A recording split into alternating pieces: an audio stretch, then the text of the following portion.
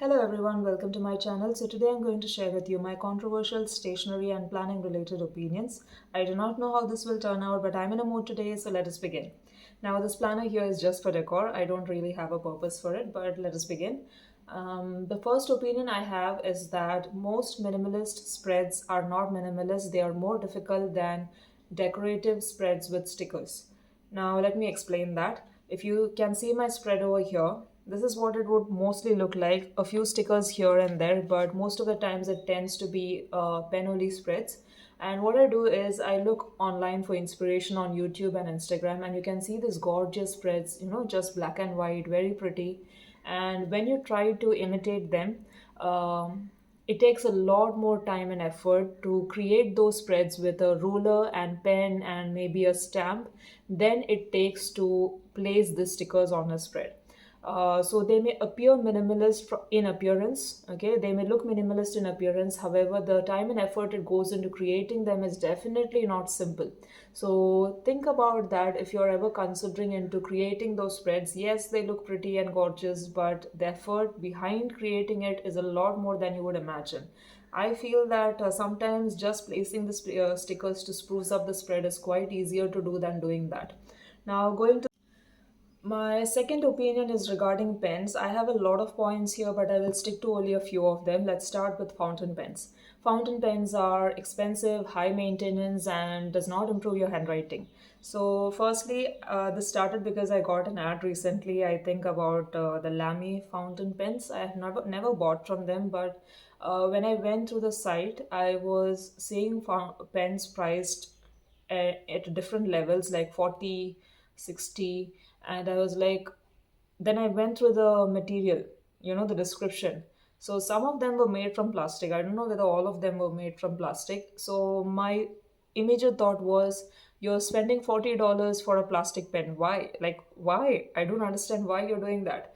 So pens are easily available, good pens, as really good pens for $1 or $2, and that to a whole set of them.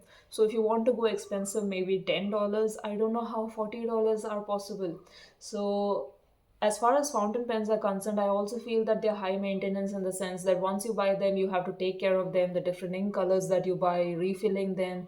It's a lot of things after it as well. And as far as good handwriting is concerned, the reason you think you will have a good handwriting is because I think people tend to write slow because they're using fountain pens.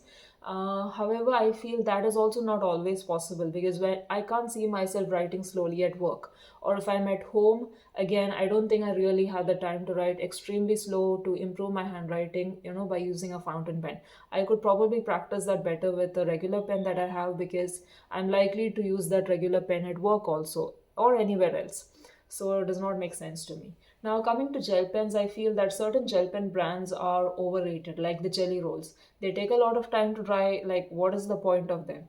You can just buy any other good gel pens. Why certain brands are more famous than the others? Not really sure about that. Then coming to ballpoints. As far as ballpoints are concerned, yes, they are cheap and functional, but my favorite ballpoints would be the ones that offer multiple colors.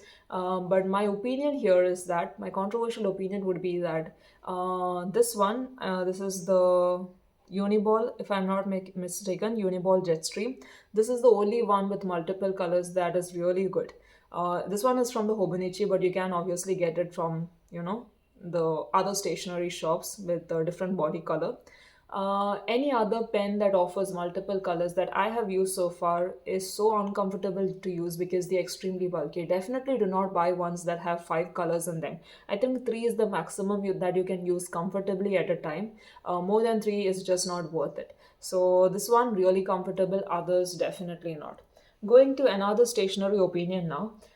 Sticky notes and masking or washi tape are frankly overrated in the sense that they are more of style over substance. They are not really functional as such. So I have a lot of them from my first year of planning. And when I still look at them, they are really pretty, but I don't really see a purpose for them. Um, Washi, what purpose? No idea. It is there. I can use it since I have it, but really no idea. And if you're buying sticky notes, frankly, I would tell you if I study, probably I would use sticky notes, but as of otherwise, I don't really see using them much.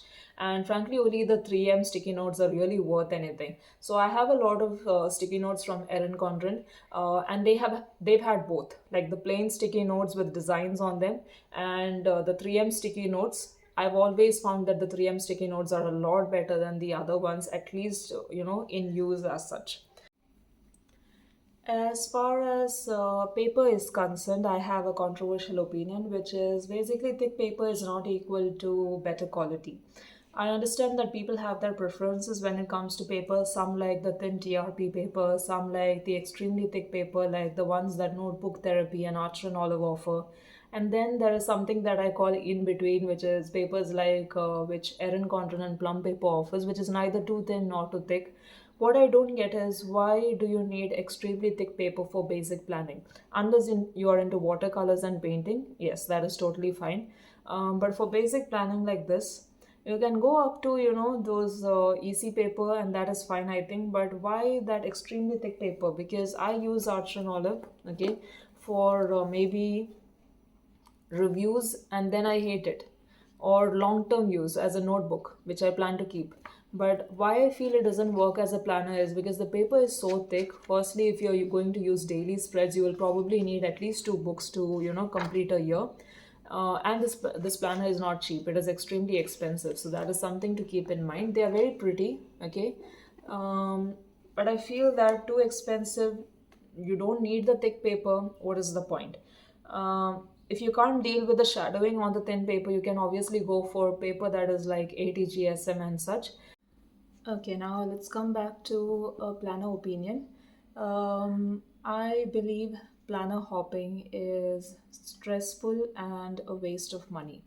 Now, when it comes to planner hopping, I understand if you do that in your initial period of planning because you're new to it, so you're not sure about which planners are good for you or may work for you. I also understand if you are into planner hopping, maybe in the first quarter of the year. For example, you see a new planner, you shift to it for the new year, and then you feel like getting back to your old planner or maybe just abandoning the current one. I get it in the first quarter. What I don't get is when people planner hop in the second half of the year, that is when you have just about 6 months left, or sometimes even in the last quarter of the year when there are just a few months left for the new year.